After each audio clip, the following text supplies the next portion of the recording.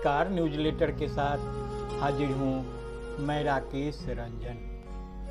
आज हम बात करने जा रहे हैं बिहार की राजनीति के उस नाटक की जिसमें सिंदूर भी है, सत्ता भी है और संदेह भी। प्रधानमंत्री नरेंद्र मोदी का 2 दिवसीय बिहार दौरा 29-30 मई केवल विकास योजनाओं के उद्घाटन और शिलान्यास तक सीमित नहीं रहा, बल्कि इस यात्रा ने राजनीतिक समीकरणों, जनभावनाओं, प्रशासनिक प्राथमिकताओं और आगामी विधानसभा चुनावों के संभावित संकेतों को भी उजागर किया। जब प्रधानमंत्री नरेंद्र मोदी और बिहार के मुख्यमंत्री नीतीश कुमार एक साथ मंच पर आए तो सबकी निगाहें एक तस्वीर पर टिक गई। दोनों हाथ जोड़कर एक दूसरे से कह रहे थे, आप महान हैं। नहीं, आप महान हैं। अब महान कौन है ये तो वही दोनों जाने, लेकिन इतना जरूर है, ये तस्वीर कैमरों के लिए नहीं, सियासत के लिए थी। और बात जब राजनीति की हो तो सिंदूर भी मुद्दा बन जाता है। दैनिक भास्कर में खबर आई, हर घर सिंदूर अभियान, मगर भाजपा ने तुरंत इसे खारिज कर दिया। कहा, ये खबर पूरी तरह सत्य और छलपूर्वक प्रेरित है। सवाल ये है, क्या वाकई खबर झूठ थी या हकीकत की एक झलक? तो बिहार दौरे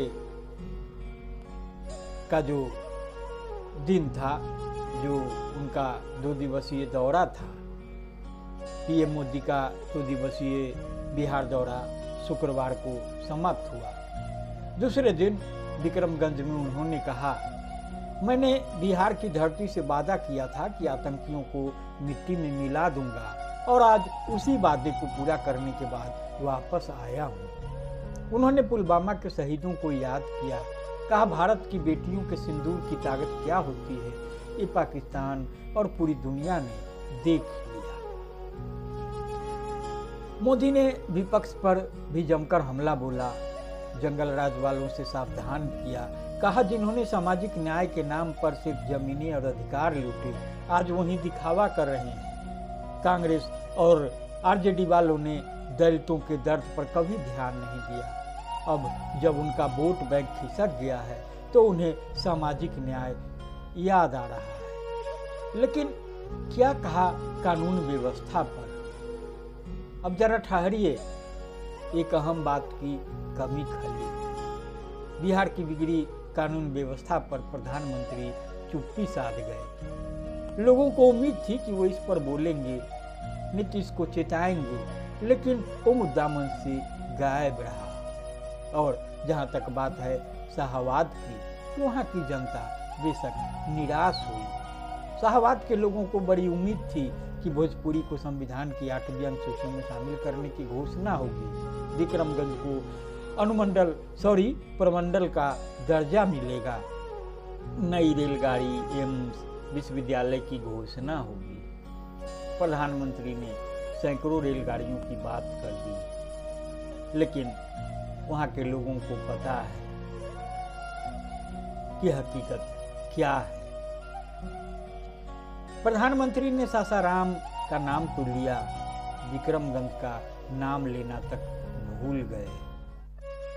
जैसा कि मैंने आपको बताया, 25 ट्रेनों को सैकड़ों बता दिया गया। जाहिर है लोगों को गहरी निराशा हुई। पीएम पूर्णिया को क्यों भुला गए? पूर्णिया एयरपोर्ट की बात लोग सालों से कर रहे हैं, लेकिन इस दौरे में प्रधानमंत्री ने सिर्फ पटना, बिहटा और दरभंगा की बात की। पूर्णिया गायब। पूर्णिया और सीमांचल के लोग उम्मीद लगाए बैठे थे कि हवाई अड्डे की बहुप्रतीक्षित योजना पर घोषणा होगी, लेकिन भाषण में सिर्फ पटना, बिहटा और दरभंगा हवाई अड्डों का जिक्र हुआ। सीमांचल की यह उपेक्षा राजनीतिक आंदोलन का रूप ले चुकी है और यदि इसे अनदेखा किया गया तो यह एनडीए के लिए मुश्किल खड़ी कर सकती है। सवाल मौजूद हो चले हैं कि क्या सीमांचल की जनता को ये नाराजगी विधानसभा चुनाव में दिखेगी। तो सियासत एक चाल है और जो सदी चाल कहते हैं वो मुद्दी चलने के मुरीद हैं। तो पहले दिन प्रधानमंत्री अचानक डिप्टी सीएम विजय सिन्हा के घर पहुंचते हैं बेटे की रिंग सेरेमनी में। कोई खबर नहीं, कोई ऐलान नहीं, सीधा राजनीतिक संकेत। कहा गया सम्राट चौधरी को औकात बता दी गई। सम्राट चौधरी बिहार के एक और उप मुख्यमंत्री। अगले दिन मंच पर सम्राट चौधरी और नीतीश एक साथ। प्रधानमंत्री जिस गाड़ी से सभा स्थल पहुंचे उनके आजू बाजू मुख्यमंत्री नीतीश कुमार थे और एक उप मुख्यमंत्री सम्राट चौधरी विजय सिन्हा गायब। तो मैसेज साफ है, चालें सधी हुई है। प्रधानमंत्री नरेंद्र मोदी ने 14 साल के क्रिकेटर वैभव से मुलाकात की। पटना एयरपोर्ट पर पीएम मोदी मिले आईपीएल स्टार वैभव सूर्यवंशी से। 35 गेंदों में शतक मारने वाले इस किशोर को प्रधानमंत्री ने कहा, तुम सच में कमाल खेलते हो। वैभव सूर्यवंशी के साथ उनके माता पिता भी थे, उनसे भी प्रधानमंत्री ने बातें की। तो जाहिर है इस मुलाकात ने सोशल मीडिया पर गर्मी बढ़ा दी। उधर प्रधानमंत्री का आगमन बिहार में होना था और नीतीश दाव चल रहे थे। पीएम मोदी बिहार में और उसी दिन नीतीश कुमार ने गुलाम रसूल बलियाबी को अल्पसंख्यक आयोग का अध्यक्ष बना दिया। ये वही बलियाबी हैं जो अपनी ही सरकार पर कई बार हमला कर चुके हैं। तो क्या यह संकेत है जेडीयू और बीजेपी के बीच सब कुछ ठीक नहीं है? बातें कही जा रही थी, अटकलें लगाई जा रही थी। इसी बीच सवर्ण और जनजाति आयोग भी तैयार हो गया। नीतीश सरकार ने सवर्ण आयोग और अनुसूचित जनजाति आयोग का भी गठन कर दिया। सवर्ण आयोग के अध्यक्ष बने बीजेपी के महाचंद्र प्रसाद सिंह, कभी कांग्रेस के योद्धा, लेकिन उपाध्यक्ष बने जेडीयू के प्रवक्ता राजीव रंजन प्रसाद। तो राजनीतिक संतुलन का खेल जारी है। और रही बात नीतीश कुमार की, तो उनकी अपनी एक अदा है, अपना एक तरीका है। वो जो कहते हैं ना, मौज और मौज लेने वाली बात। तो नीतीश भूल गए मोदी जी का नाम।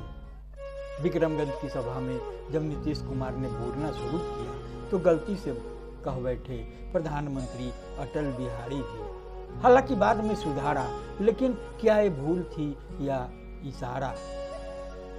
सवाल यह भी है कि सीएम कैंडिडेट पर चुप्पी क्यों? मोदी जी ने बड़ी परियोजनाओं का शिलान्यास तो किया, लेकिन ये नहीं कहा कि नीतीश कुमार फिर से मुख्यमंत्री बनेंगे। तो क्या भाजपा इस बार कोई नया पत्ता खेलने वाली है? जैसा कि लगातार कहा जा रहा है, अनुमान लगाया जा रहा है। तो दोस्तों, यह बिहार की वो राजनीति जहां सिंदूर तक सियासत में घसीटा जाता है और जहां हाथ जोड़ने की तस्वीर भी गूंज बन जाती है।